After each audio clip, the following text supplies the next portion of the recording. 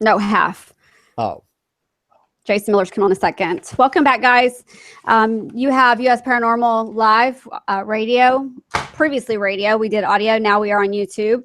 You have myself, Aaron. Starr is out today. And today with us, we have Rose Germain, who tell us what you do. You practice just witchcraft, paganism, or gypsy magic? I know you do gypsy magic, but do you do the others? Because they kind of seem to overlap.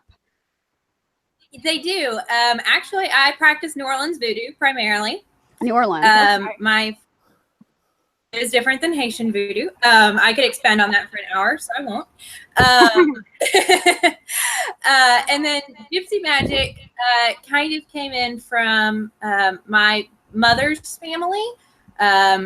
They were Jewish gypsies way back long ago. And Mazel tov. Those are my people. I'm actually wearing my Star of David right now with my Santa Muerta. So, Happy Peshek, by the way. Happy Peshek. and so y'all are cutting out, just so you know. If I sound weird, I've been messing up all things technological since the retrograde started, and so. I didn't know we were in a retrograde. That would explain a lot. We're in 4 right now, actually, or we're fixing to be in 4. So Venus is in retrograde and Mercury right now. And then I think Pluto starts here in a couple of days. Fun times. So I do New Orleans voodoo, and then I practice witchcraft as well. New Orleans voodoo encompasses hoodoo, which overlaps a lot with gypsy magic. So, yeah. Wow. Where to even start? I was looking on the history of it, and I mean, it's just crazy. So I was reading that they were calling it Romani. Is there different subcategories? Is that what you'd call it? Subcategories of gypsy magic, or just one type? Or well, how do you break the Romani is the name of their what's the word I want? It's like saying Bulgarian. It's the Romani people. Okay. So it's kind of this thing like gypsies of nickname or a slur is what it's most often said. I heard it's saying that it used to be a derogatory. Now, is it still considered derogatory to use it, or is it just That's a whole thing. I used to be a professional belly dancer, so the gypsy stereotype was very popular, and there are some people who are like, no, run away from the word gypsy. I was the gypsy princess for a couple of Ren fairs, so I thought it was a good idea to try to take the word back and be like, this is not a slur anymore, this is just. Some people will say, run as far away from it as you can. Some people will say, why don't you try to take it back and make it not have negative connotations in this day and age. Got it. Aaron, did you have any questions? No. Well, I guess maybe one. So, when you say, let's look at this historically, right? So, the term for gypsy today is so vastly on the other end of the spectrum that, let's say, the gypsies of the 15th century that were persecuted by the French. Because now, what do they call themselves? Travelers or the Romani or yeah. So are you a part or affiliated with those groups, or are you No. singular one place, you just practice? I don't know anybody. I just grew up with it, and then I actually didn't even realize. I had heard the stories of my family and everything. I didn't even realize it was gypsy magic until I read a book and went, that's my childhood. You're like, that's everything I grew up with. Yeah, there was so many, and even with the witchcraft and stuff, there was so many, practices and things that I wanted to ask you about. Do you do witchcraft, you said, or? Yeah. So, because I had heard about several different witches, there was Mother Shipton or Hagface. Are you able to expand upon that, or are you familiar with that? I've heard of it. I'm not able to expand upon it, though. I'm sorry. Oh, okay. No, that's okay. I was curious about it, if you knew more. It says that Mother Shipton, like she was this sleigh that was built around like there's a lot of myth, and they didn't know what was true and what was not true. Basically, she had a hideous look, and so that's why she got the nickname Hag Face. And her father was. But nobody knows what's true is the issue. So I don't. Yeah, it's very difficult to, and that's an issue with a lot of gypsy magic and a lot of gypsy lore is like what is true and what is not true, and what was told by people who wanted to, like the gypsy curses. Right. Well, and it's all word by mouth, right? And it's like a nice big game of telephone. So it gets twisted and changed through the years. I mean, Jewish folklore, we have the same issues. A lot of that is word by mouth, and it changes too. So, yeah. And they said that she was actually a very good clairvoyant. I mean, she was compared to really famous people. So I think it was just, maybe it was just to be negative towards, witches and witchcraft, like y'all mentioned. Yeah, well, and even the word gypsy, if you heard the term, I got gypped. Oh, yeah. That's where that came from. So that's why gypsy is, for most people, not a nice word to say. But, I also think words kind of perpetuate bad things. To keep that way. I just say I got Jude. Yeah. I'm just messing with you. I thought of was everyone talking about how they were Jude. Oh, he Jude me. My poor people. Had to mess with you. Yeah, I mean, I was reading about like all kinds of folklorists. There was like a Charles Godfrey Leland. I don't know how prominent these people are in your culture. Like, did you grow up studying like some of these people, or you just grew up just practicing it? Grew up with the stuff like, weather omens. My mother always had an almanac, and, red sky at night, sailor's delight, red sky at morning, sailor take warning. That's a gypsy thing. Yes, I heard there was a few of those I had jotted down. There was one that, and it was Hungarian gypsies. There was a ritual when an animal is stolen, they throw the dung to the east and to the west, and then they say an incantation where the sun sees, hence return is uttered. And then there's another one when an animal is stolen, when it's a horse, the owner takes the harness, buries it, makes a fire over it, and says, "Who stole the comments, sick he may be, may he strengthen the part, do not remain by him, returns down to me, his strength then lies here as the smoke goes away." I was like, wow, those are kind of neat little traditions. And I mean, I wonder how do they even come about? That's a really good question that I don't have the answer to.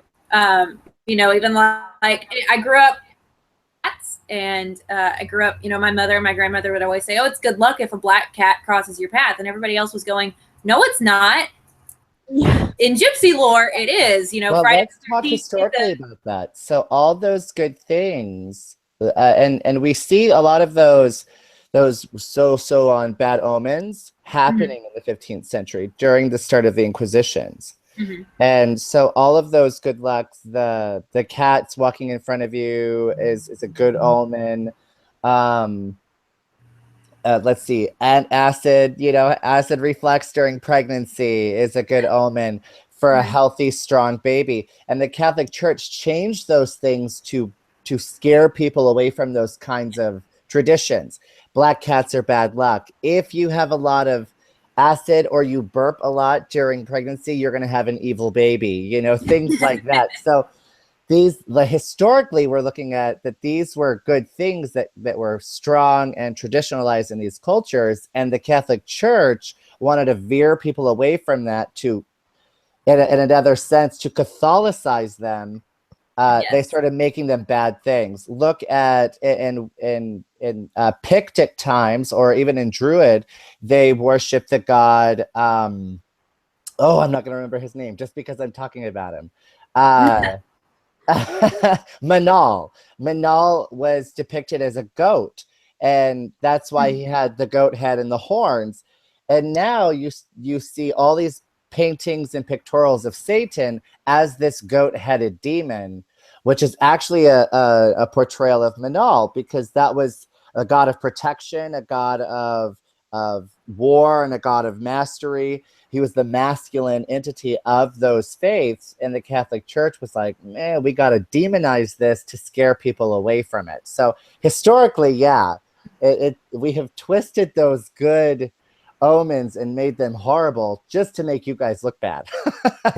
And also, the Catholic Church did the same thing in regards to pagan holidays, like Christmas with Yule. The sun, as in the sun in the sky, is born again, comes back. Oh, Christmas, the sun is born. Magic. Yeah, well, I mean, historically, that was more of a compromise. So if we look at Constantine when he was emperor of Rome, he was losing his foothold, and he was a pagan himself. He was a polytheistic. He worshipped Zeus and Hera and all these different gods. And the Christians were this huge uproar, right? Because it used to be illegal. You were murdered for it. And there is speculation of why Christmas is celebrated in December instead of in the spring during the fielding sheep, if you will. It's because they had to hide their beliefs. So they would celebrate these big events with other paganistic faiths to hide their celebrations. But in reality, it was this huge conference that the Jews were killing off pagans and Christians, and the Christians were killing off everybody. And, so they had to come up with a catharsis that, okay, these are the days that we're going to celebrate. And the pagans wanted to have their say too, which is why Christmas is celebrated on Yule, which is crazy to me. It's why there's Christmas trees. It's why, because there's paganism embedded into every single Christian belief. Every single one, including to the point where even Jews, where we pray at the end of every prayer, what do we say? Amen. And we're not actually saying all men or amen. We're actually praying to the sun god, amen. So it's crazy. It's crazy. I have amen tattooed on my foot, actually. So. Praying to the sun god, amen. So I was trying to get to the chat room, see if anybody has anything posted. There's 4 in there, but I just can't get there without it being loud. So I had a question. So I was seeing that there was all these like I said, horses were considered magical. That the goal and what was interesting, it said the goal of a horse is to keep the ghost out of your house, and that you'd keep the skull. Did you practice that growing up, or have you heard of that? I've heard of it. We had we didn't have any skulls because my grandmother didn't like them. We had some turkey tails. What's turkey tail? Basically, my family, they were more concerned with the herbs and that sort of thing. When my grandmother was very little, she almost died, and they went and got one of the family members actually out of a swamp. Lived in a swamp in southern Oklahoma. And she came up and made some concoction of herbs and roots and whatnot and boiled it. And my grandmother was sitting up on the stove with her. She was sweating the fever out. She gave her the concoction. My grandmother's still alive. So. Wow. Now, did they pass this on to you? Do you do these concoctions? Yes, I do. I started it basically with hoodoo, and then I realized I was also doing gypsy magic at the same thing. It was very surprising to me whenever I went, oh, I am doing gypsy magic. This is interesting. And then I started studying it. So it was actually 4 years ago when I started studying it, and then I started going, oh, this is very familiar. But yes, so I also do practice hoodoo and gypsy magic overlap so much. It's crazy. And my theory on that is that I guess a lot of ended in New Orleans. Right, because of the major French influence. Yes. That a lot of the French would send undesirables, if you will. Yes, down to New Orleans. To that area, and they would they would send gypsies and Slavs or what have you, and the two cultures just kind of melded together. And that's where you get the difference in Haitian voodoo and New Orleans voodoo. New Orleans voodoo has They have Native American spiritualism. They even have some Appalachian, root doctoring influences and stuff. The gypsy magic, and then it blended in with, brought by the slaves in the 1700s to New Orleans from Haiti. And now it's a completely different thing. So when somebody starts trying to talk Haitian voodoo to a New Orleans voodoo practitioner, you're like, okay, wait, we're on two different pages here. So there's so many different types of voodoo and hoodoo. Yes. Practices. Well, there's Santeria outside of that box as well, which is a Spanish version of voodoo. And then there's Yoruba from the islands. And if you go into Memphis, the voodoo and hoodoo there is very different than the hoodoo in New Orleans. They get more of the, they were influenced from Appalachia more, from getting up into some of the, like Pennsylvania, the hex signs and that sort of thing. You see that in Memphis. So all different things. What are some of the types of practices or ceremonies that are performed or rituals that you guys do? So I'm not really familiar, and I'm sure a lot of people watching may not be familiar with them. Magic or voodoo? Let's do both. Let's do a little bit of both. Well, I think protection, if you want to hit on things that go together. Protection magic is obviously, the gypsies, they needed to protect themselves because they didn't have permanent homes. They were in danger a lot. They were not desired. well thought of. Yes, they were non-desirable. So, they were very into doing things. There's the duck rock, which is, there are two different types of that. There's one for your home and one for yourself. For your home, you would make 4 stones and you would put sigils on them. You could use pentagram. You could use runes, pretty much, whatever you personally wanted to use. And then you would put them at the 4 corners of your dwelling. And that would put up a protection around that. You can also do one for yourself where you basically visualize this great, large, golden, shimmering veil kind of thing covering your body. And then nothing can penetrate that if you do it properly. And then, of course... I've got a quick question. Why do you say all 4 corners of where you're residing? Because, in the paranormal, they say do salt in the 4 corners and stuff. Is it the same rationale? Yeah. Create a circle, basically, is the thing. You're creating a circle that's connected around your house. Like every place that I live, I mirror it. That's a voodoo kind of thing. But I take small mirrors about that big. I get them at the Dollar Tree.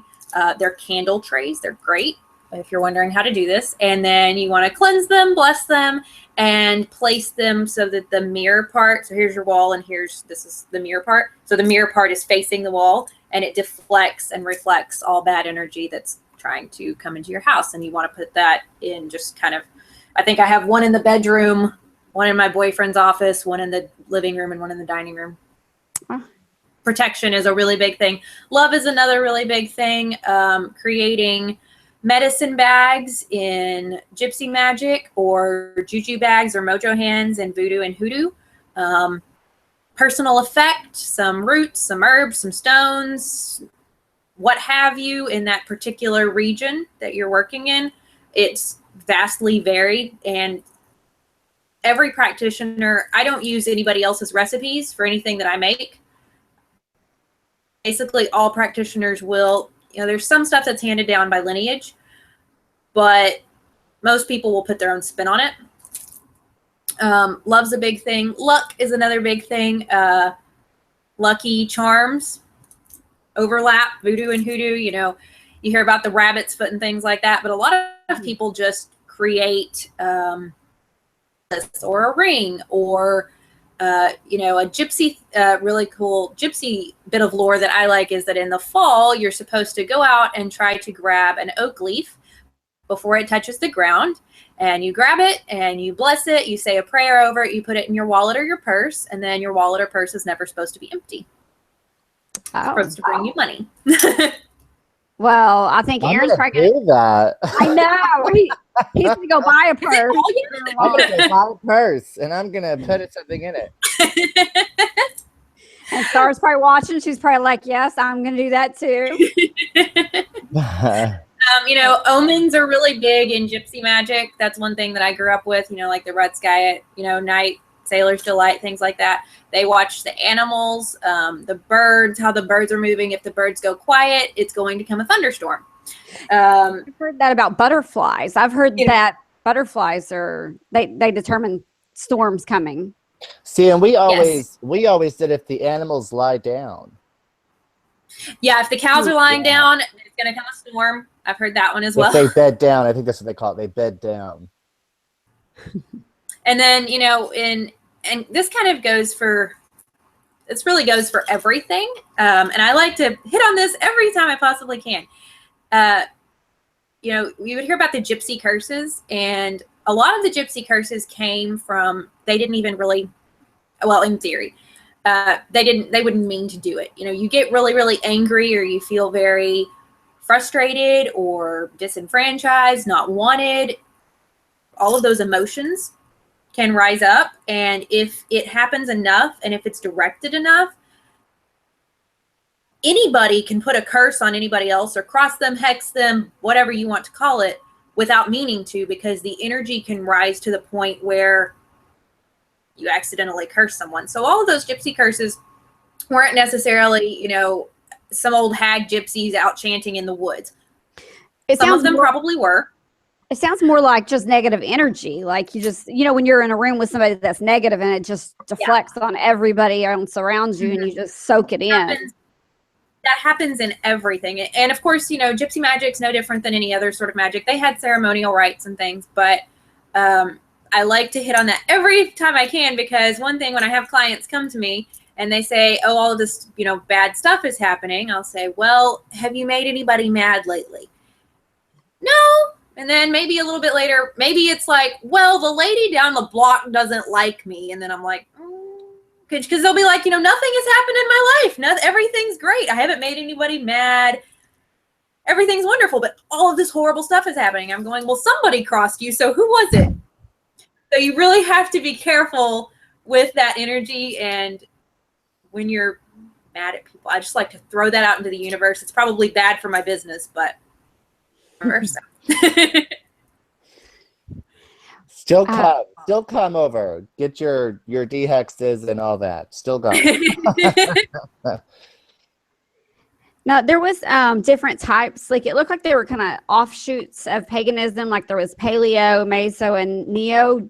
I don't understand the difference. Do y'all know the difference in any of those? Well, those would be time.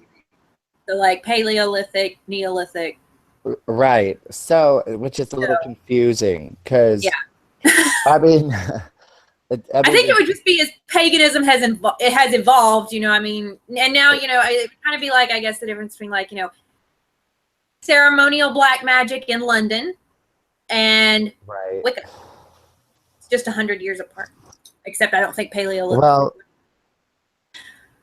I don't know, but I mean, even in that same note, even today, even 100 years ago, the practices of pagans and Wicca is actually fairly new. And I know they say it's extremely old, but it's only about 50 years old. So it's not old. It is new. And it's very new. But paganism is probably one of the oldest religions, because it is actually an encampment of so many, and it melds so frequently. Like there are sects of paganism that still pray to Isis. Yes. Or Thoth or Zeus, or there's so many. I have a friend that does Egyptian magic. Yeah. Well, let's look at Alexandria, right? Alexandria, Egypt. We're looking at about 200 years after the fall of the Egyptian Empire, right? Roman is already there, but they're still believing in these Mesopotamian faiths. This is a sect of paganism which fell during the fall of the Alexandria Library in 800 BC. But and that even evolved into something else that incorporated Egyptian magic with Mesopotamian magic, and that evolved, which incorporated Pictic magic with Egyptian magic. So, I mean, I don't think there's even a singular point of faith structure to paganism, because I think it's who you identify with, who you structure with, and where you feel your faith belongs. Yeah. But I don't understand the paleo neo. What did you say it was? Yeah, like when I was researching it, it said paleo paganism, meso paganism, and neo paganism. So I wonder if that's a structure of a There was timeline just for them. So paleo maybe we're looking at the 12th century, maybe even sooner. yeah, there was Going some into the Middle Ages, to the Dark Ages, and then into modern time. I don't know, where you find new sects like Wiccan and post-modern paganism. looking to see if I can find where I found it. There was so much to read on. It was just like, man, my mind was just blown. I was like, my head is going to explode. I can't read anymore. I made 3 pages of notes and I was like, all right, I'm done. All right. Well, we are actually, anyways, coming up on the half-hour mark. So I want to give the opportunity for you to let people know about, you mentioned services, like if you have a store location where they can go.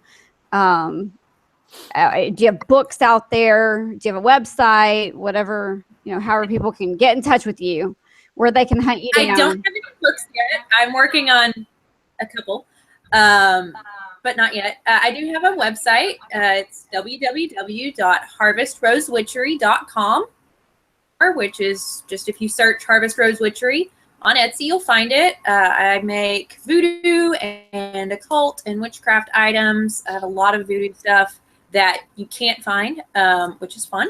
And then I do offer reading or spiritual coaching, for spiritual cleansings. If you're local to the DFW area or surrounding, I go out to people's. I have been known to do spirit extractions, remove the spirit from the place, send them back through the crossroads, and then you're not scared to live in your house anymore. And then, spell work as well. I do money work. I do protection work. Blockbusters are my favorite. If you've just got a lot of, and you can't figure out why, generally I'm always going to start with a blockbuster because that fixes a lot of stuff. What exactly is a blockbuster? Well, it's a movie that does really good at box offices. That makes I know, that's the first thing that came to my mind, but that's the young bucks these days, they wouldn't understand blockbuster. I know.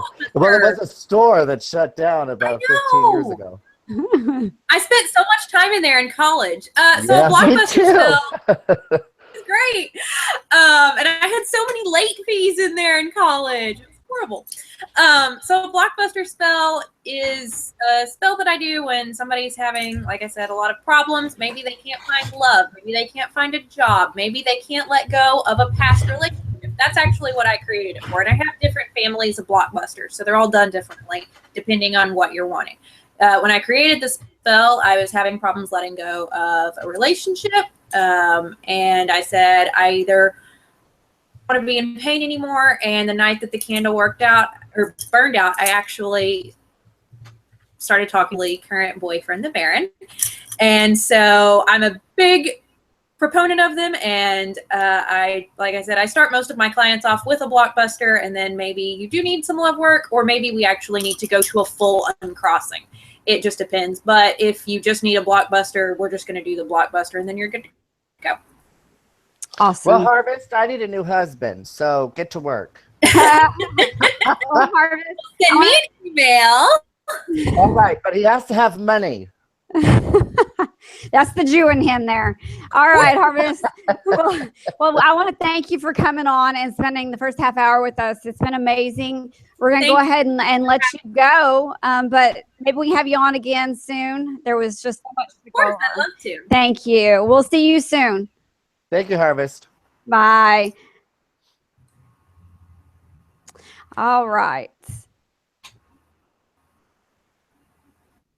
And now we are bringing on Jason Miller, who is an author, teacher, sorcerer who focuses on the arts of practical results-oriented magic coupled with I can't get through this, contemplative spirituality and strategic living, as well as life hacking.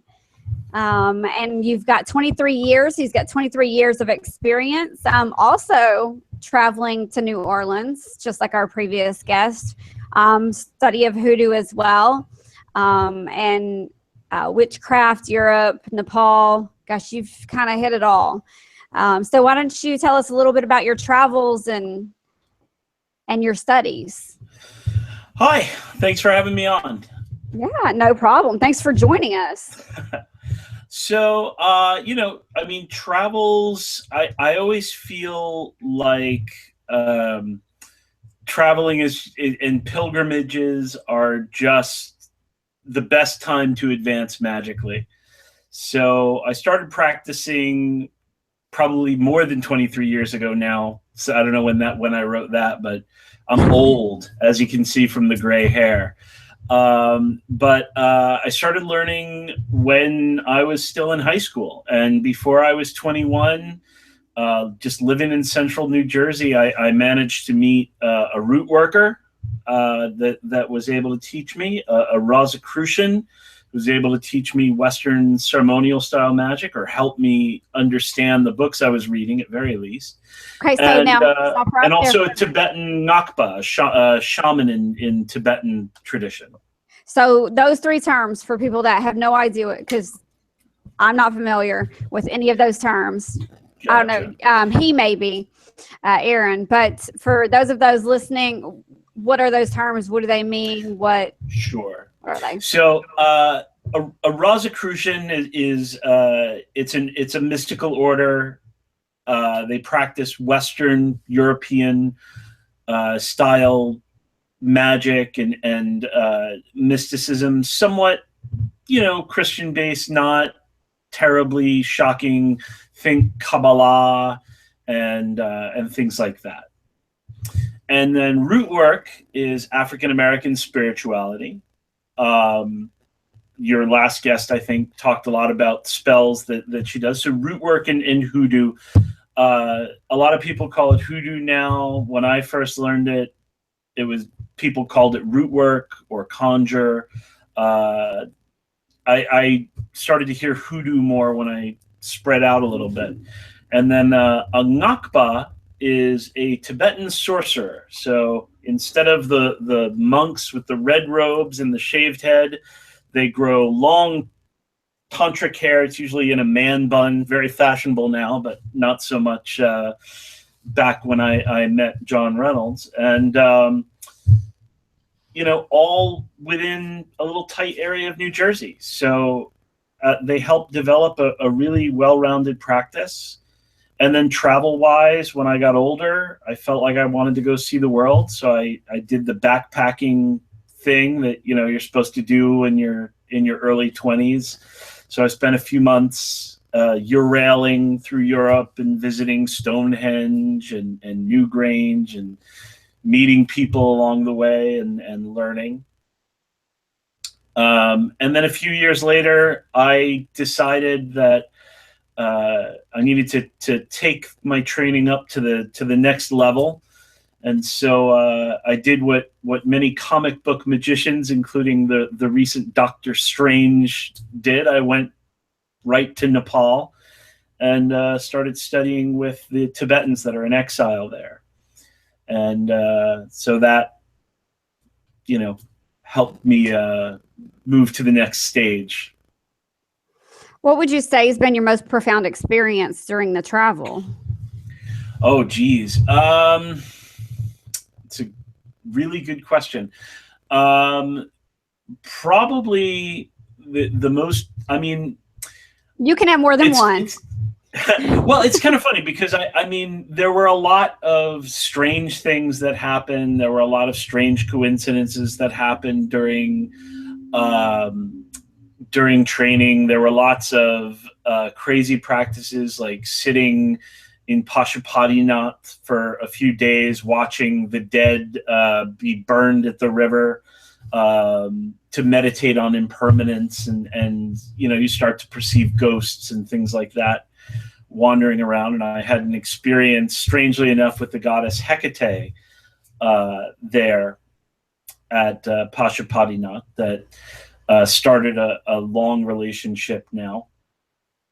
And but I would have to say the most profound experience was doing what's called Dzogchen meditation, which is meditation on emptiness and luminosity of reality as such. And my teacher gave me the instructions, and he told me to start every morning to go to the stupa at Bodhanath, which is this big, it's like a reliquary, but the size of a big building. Basically, it's, if you've seen the Buddha's eyes with the little swirly thing in the middle, that's from either Bodhanath or Swayambhunath, those two stupas.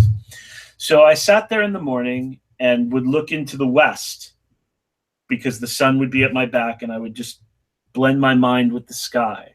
And then I would do it again in the late afternoon facing east so that the sun was again at my back and blend my mind with the sky. And he said, just blend your mind with the sky. And he gave me some specific instructions of how to hold my mind and so on.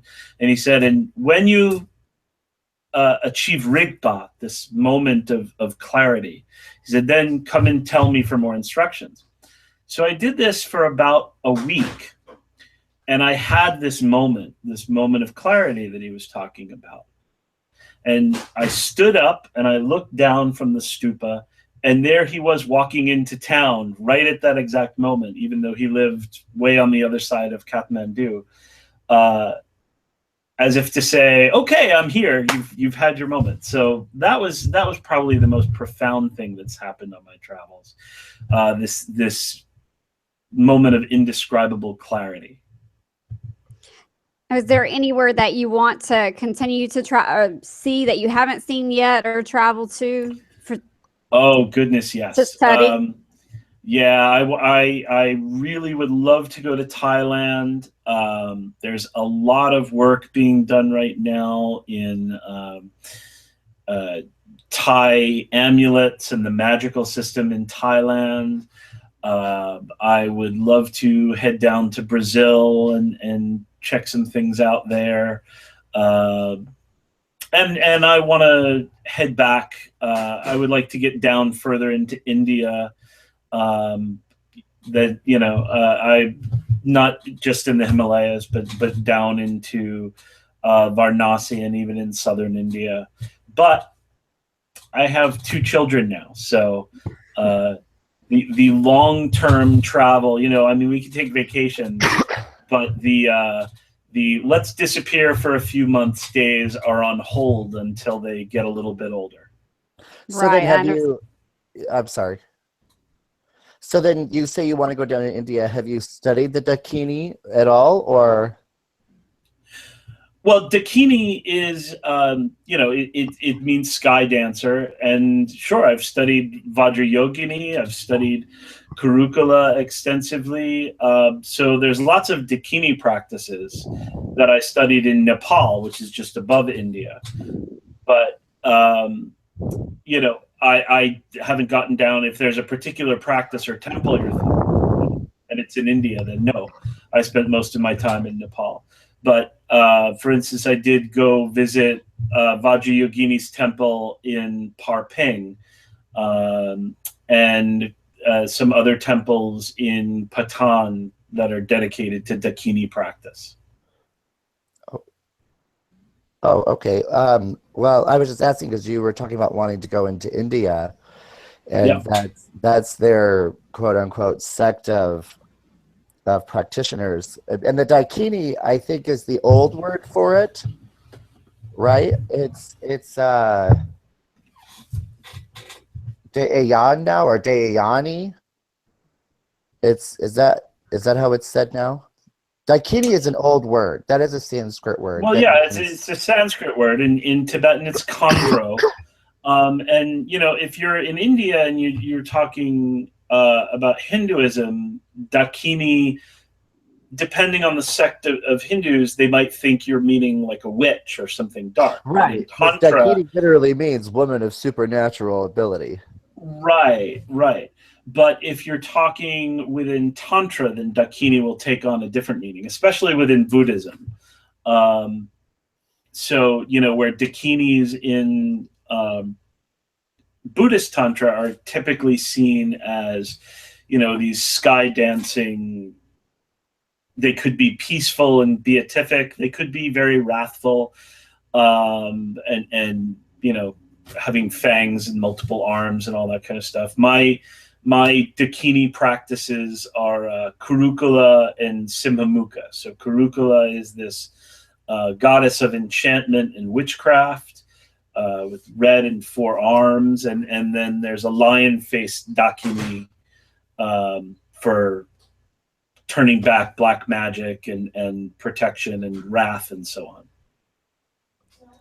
But there are lots of Dakini practices.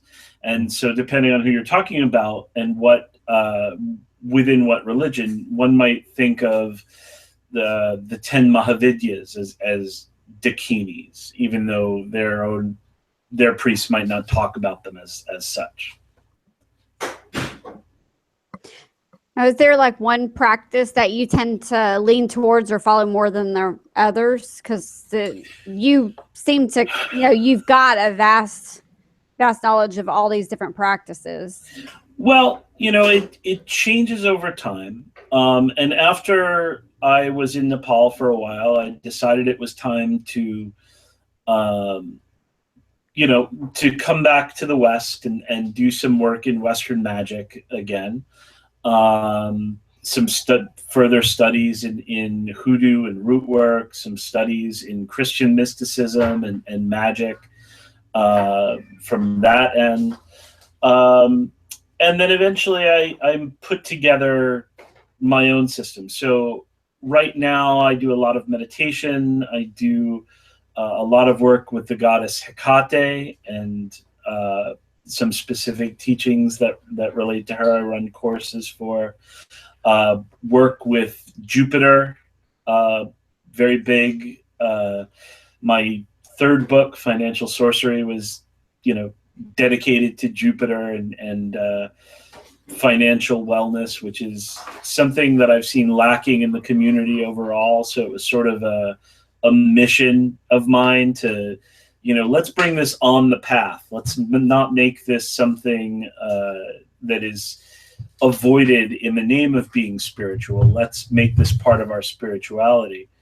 And so, yeah, I work a lot with those deities and practices associated with them. But I still keep up with my Buddhist practices and root work. The principles of root work, I should say, affect everything I do. But I wouldn't just call it root work, because to say you're doing hoodoo or root work has a very specific, cultural root to it. So now, like the root work. Yeah, some of these now, like our previous guest, she grew up practicing some of this and not realizing she was practicing gypsy magic until she was older, much older, and looked into it. You mentioned having 2 younger children. Did you pass anything on to them or teach them any things, or not yet? Or how does the wife feel about it? Is the wife like, no, not yet? I'm like, no, not yet. They're still young, and when they get older and into teen years, and provided that they show an interest in it, it's something that I'll be open about, but it's not something that I'm going to be eagerly passing on and say, you got to do this. It's one of those things where, because it's on the fringes of society, because it's something that is not readily accepted by many people, even as real, much less something useful, then I feel like it's something where if you have a burning passion for it, then go all in, balls to the wall, do it up. But if not, then better to do something else. And you mentioned that someone that wants to start studying this stuff, how do they even start? Like in the paranormal, we kind of know just to jump in with groups and practice and study, but someone that wants to start with all these other practices like voodoo, hoodoo, paganism, all this, where do they even begin? Oh, it's similar now, you know. I mean, it's a similar situation. It's so different now than it was in the 80s when I started with these things, and even in the paranormal. I mean, when I was taking an interest in the paranormal, I took a class in parapsychology at one of these continuing education things at my high school.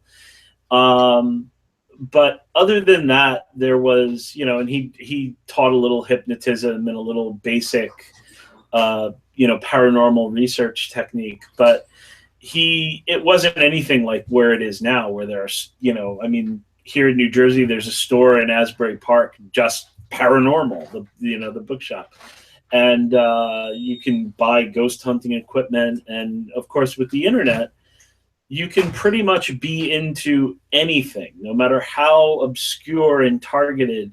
And you'll find the 12 other people in the world that want to study and practice that thing that night, So it's the same. It's the same way. There are groups. There are of course covens. There are online groups. There are local groups. There are public meetups. And then usually through those public meetups and showing up to conventions and things, you get to know people and invited into the private groups. And then in some cases, there are very large organized systems of training. So I have my own courses that are open to anybody. But for instance, within Tibetan Buddhism, there are just trainings that you can go through, and you look for when lamas are coming places, and you go and you get initiated and all that. Well, before we jump to like your website and all those offerings and stuff, I wanted to find out more about your books, because you've written, I know, at least one. I think it was a couple. What was the inspiration behind your books? Can you give us a little bit of detail about your books without giving it away, and where they can find your books? Absolutely. So, I have 4 books out right now, and I'm working on a 5th. They're all published by New Page Books. So they can be found in any major bookstore, barnesandnoble.com, amazon.com. But of course, I always ask people, try and order it or find it at your local independent bookstore. If we don't support these things, then they will be gone. So the first book, Protection and Reversal Magic, was really just about that. I was looking at what people were being told and what books were available for people that were having difficulties psychically, that were experiencing having cross conditions, needing a cleansing, needing a banishing, and what they were being told. A lot of people, even though they were practicing magicians, seemed to think that these things don't happen, that curses don't happen, or that spirits never get upset with anyone and cause problems. So, but these things do happen. More often, traditionally speaking, they happen quite often. And so I wrote Protection and Reversal Magic as sort of an escalating guide for someone in a situation like this. If you're having this situation, here's simple bath, simple protection for yourself, simple protection for your house, simple cleansing for your house. Then how do we go further? What if we need to actually have, a conflict? What goes on there? So that's the idea of the first book. The second book, The Sorcerer's Secrets, is more of a well-rounded introduction to my ideas of what magical training should be like. So it's got 2 parts. One of them is just basic training that is really necessary to work magic. And then the rest of it is application, how to use magic for money, how to love magic, divination, luck, intelligence gathering, luck, sure. things like that. And that gave rise to my course, Strategic Sorcery. So it was sort of like, if you read this book and you want to go further, then I have a whole course on it.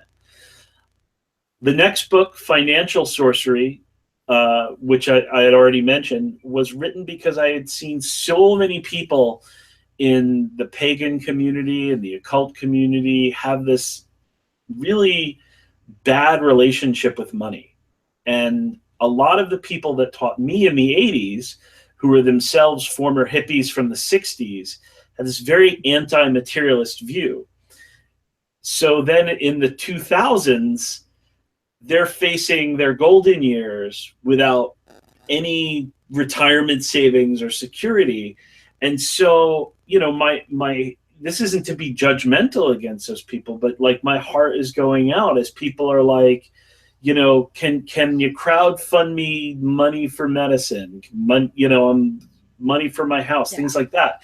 Yeah. People that dedicated, you know, a large part of their lives and maybe even sacrificed a little bit in the way of their day jobs and careers, because we can't split our focus that much, for their craft. And so I came to this realization, coincidentally, around the time that I had kids, of the importance of money and retirement. And within Tibetan Buddhism, money is not evil. Money is not the devil. Money is not this negative thing necessarily. There is a path of renunciation. And I think that's a great thing if you want to be a monk or a nun or a wandering yogi or something like that. But if you're not, then non-materialism isn't for you.